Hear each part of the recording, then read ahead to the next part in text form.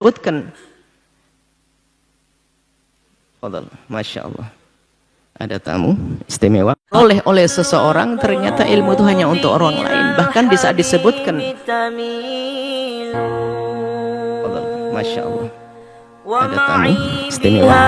هذا شاهد ودليل أما الدليل إذا ذكرت محمدا صارت دموع العاشقين تسيل كل القلوب إلى الحبيب تميل ومعي بهذا شاهد ودليل أما الدليل إذا ذكرت محمدا صارت دموع العاشقين تسيل. Masya Allah, jazakumullah. Jazakumullah. Iya. Nawartumul makan, akramakumullah. Allah, jazakumullah. Farahna bikum. Takum sehat afiyah. Yafrahun. Farhakumullah. Rabbana yafrahkum, Masya Allah. Untuk para jamaah, kami persilakan untuk duduk kembali. Baik, saat inilah kita akan dengar dari beliau dan waktunya sebebas-bebas sampai sore. Fadal, silakan.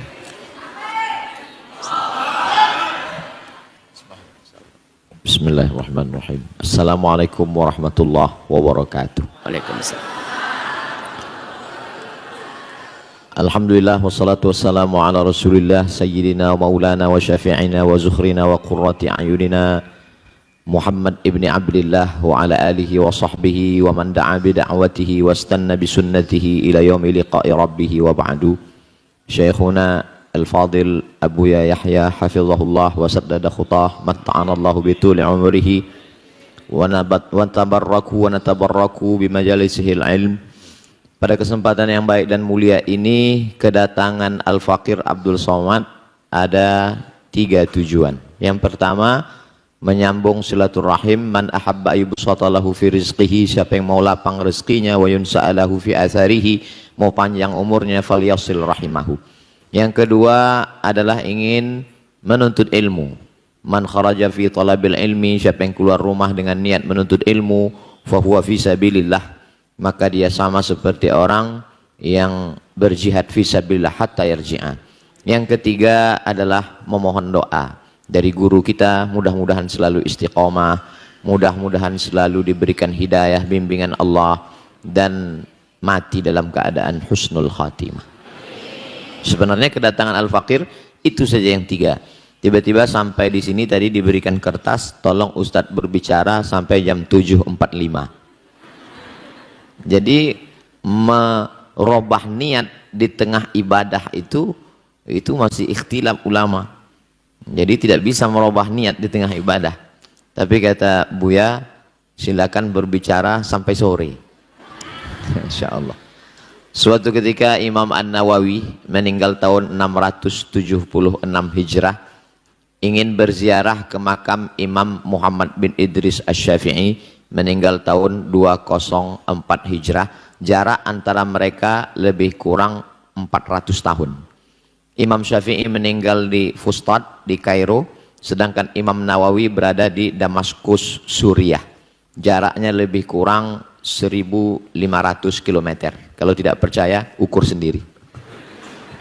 Lalu kemudian Imam Nawawi dengan jarak yang jauh, dengan jarak umur yang jauh, datang mau berziarah ke makam Imam Syafi'i. Begitu beliau sampai, melihat kubah. Jadi makam Imam Syafi'i itu ada kubahnya. Begitu dia melihat kubah, air matanya menetes, bulu romanya dia tak sanggup menahan. Akhirnya dia tidak jadi berziarah, dia pun pulang. Karena kehebatan, kemuliaan Imam Muhammad bin Idris Asy-Syafi'i. Lalu kemudian Imam Nawawi pun pulang, meninggalkan Mesir menuju Damaskus. Rupanya Imam As-Subuki mendengar berita itu. bahwa ada seorang ulama besar bernama Imam An-Nawawi datang ke Mesir. Imam As-Subki pun datang ke Kairo, Fustat, mencari Imam Nawawi. Rupanya Imam Nawawi juga sudah meninggalkan Mesir. Dia menyusul sampai ke Damaskus. Sampai di Damaskus, ternyata Imam Nawawi tidak berada di Damaskus. Dia sudah pulang ke kampung halamannya di Nawa. Lalu kemudian Imam As-Subki datang lagi, dan mereka mengatakan Imam Nawawi sudah menghadap Allah, meninggal dunia. Begitulah para ulama saling ingin bertemu, saling ingin berjumpa. Ulama yang karena Allah subhanahu wa ta'ala, tak ada hasad dalam dirinya, tidak ada di dalam hatinya untuk kiber, angkuh dan sombong, dan tidak ada ihtiqar, mengecilkan orang lain. Al-Faqir Abdul Somad hari ini dimuliakan luar biasa, berada di majelis ilmu Buya Yahya hafizahullah, dan diberikan kesempatan untuk berbicara. Mudah-mudahan pertemuan kita ini pertemuan yang diridhai Allah subhanahu wa ta'ala. Bertemu di majelis ilmu, majelisnya Rasulullah sallallahu alaihi wasallam, disatukan pula di dalam surga Jannatul Firdaus insyaallah. Ma'an nabiyyin, bersama para nabi, wasiddiqin, bersama orang-orang yang benar, wasyuhada, bersama orang yang mati syahid, wassalihin, bersama orang-orang yang saleh. Imam An-Nawawi rahimahullah ditulis oleh Syekh Abdul Fattah Abu Ghuddah dalam kitab Al-Ulama Al-Uzzab Alladzina Atharul Ilma Ala Zawaj. Ulama-ulama yang tidak menikah karena lebih mementingkan ilmu daripada menikah. Di antaranya adalah Imam An-Nawawi. Tidak menikah sampai menghadap Allah subhanahu wa ta'ala. Tapi ini jangan dijadikan inspirasi oleh para jombloan sejati, karena berbeda kadar keilmuan dan latar belakang.